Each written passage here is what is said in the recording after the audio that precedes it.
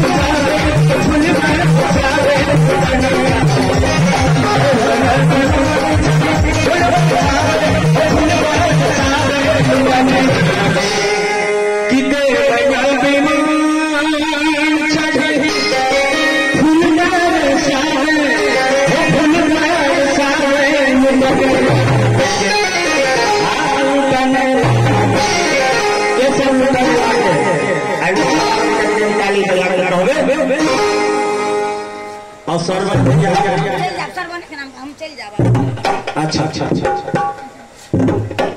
सरवर भाई के मम्मी के नहीं रहल ले बेचारी कहलखिन बौआ के जे कुछ मिठाई खाए ला नहीं देबे त काल की कहत बौआ चाची के ते भजन सुने लिए आशीर्वाद नहीं देलखिन चाची तो हिनकर तरफ से सुंदर से 51 टका का आशीर्वाद जय मेरे मन छड़ी फूलबार सावे फूलबार सावे लुटने हां लुटने